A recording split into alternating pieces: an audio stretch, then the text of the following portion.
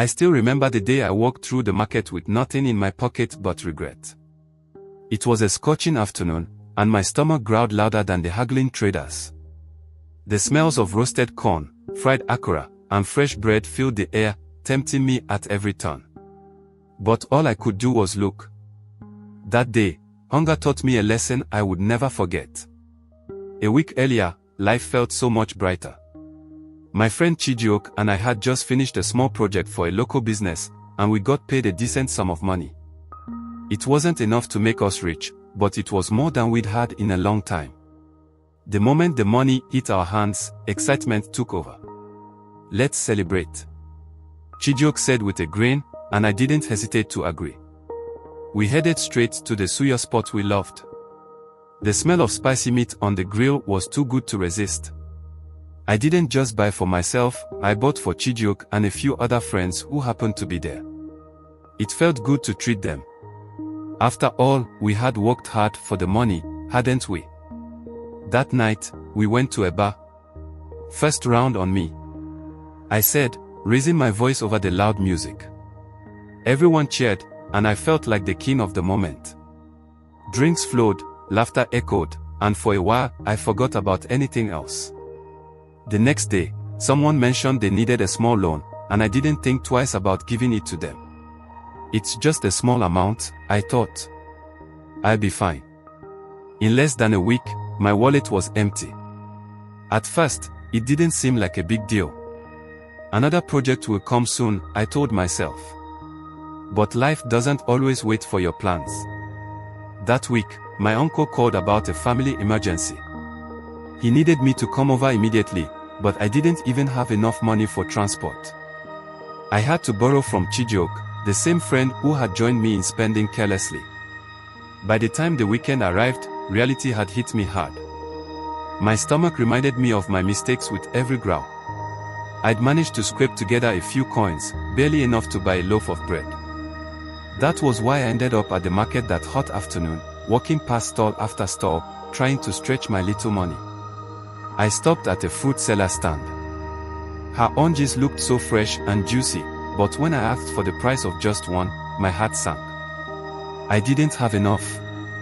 I must have looked as desperate as I felt because the woman gave me a kind smile.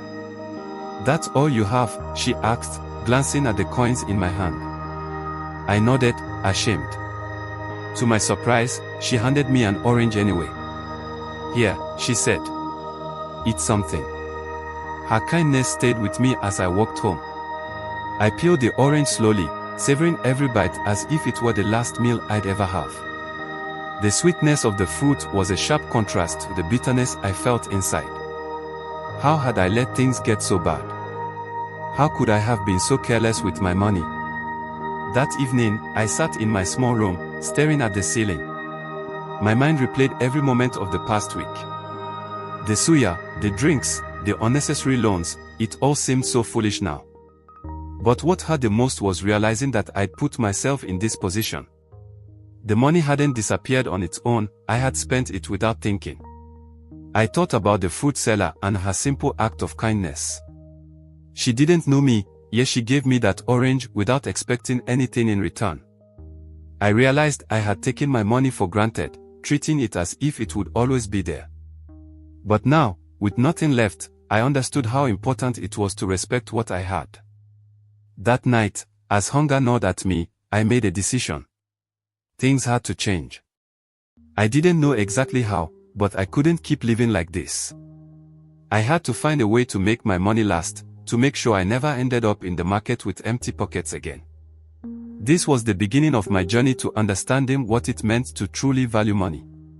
But back then, I didn't know the words for it. I just knew I had to change before life forced me to learn another painful lesson.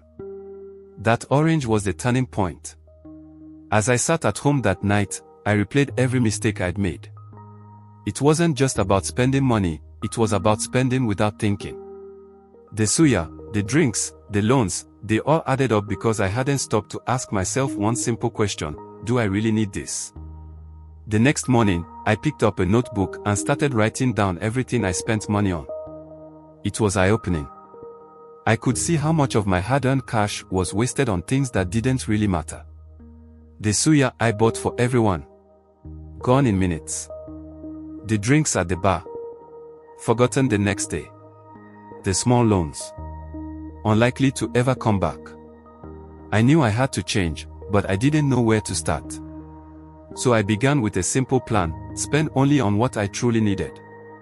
No more treats, no more unnecessary loans, and definitely no more trying to impress people with money I didn't have.